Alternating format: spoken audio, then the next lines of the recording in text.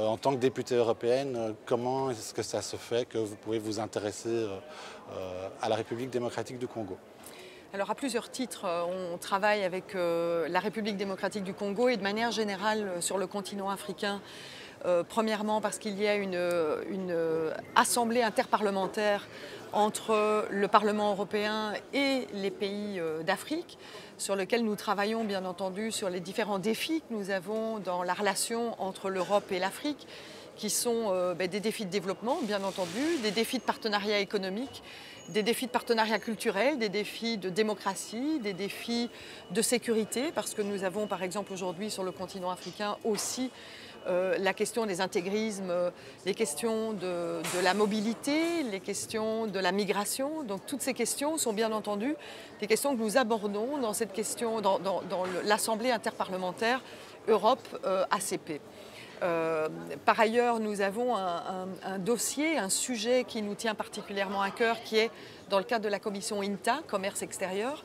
et qui traite de la question des minerais des conflits, qui ne concerne pas que l'Afrique, mais qui concerne bien entendu toutes les zones où il y a des ressources qui sont utilisées par nos entreprises européennes et qui sont dans des régions qui sont des régions en conflit. Aujourd'hui, on peut parler bien entendu de la République démocratique du Congo, mais ce n'est pas la seule, là aussi, à nous préoccuper. Là où il y a conflit, on peut avoir la question de l'Amérique latine, par exemple, on peut avoir la question de la Birmanie, on peut avoir donc toutes ces questions-là de ressources et de conflits sont bien entendu des questions qui nous intéressent parce que nous voulons que les entreprises européennes soient responsables par rapport à l'approvisionnement de ces ressources. Donc il y a là aussi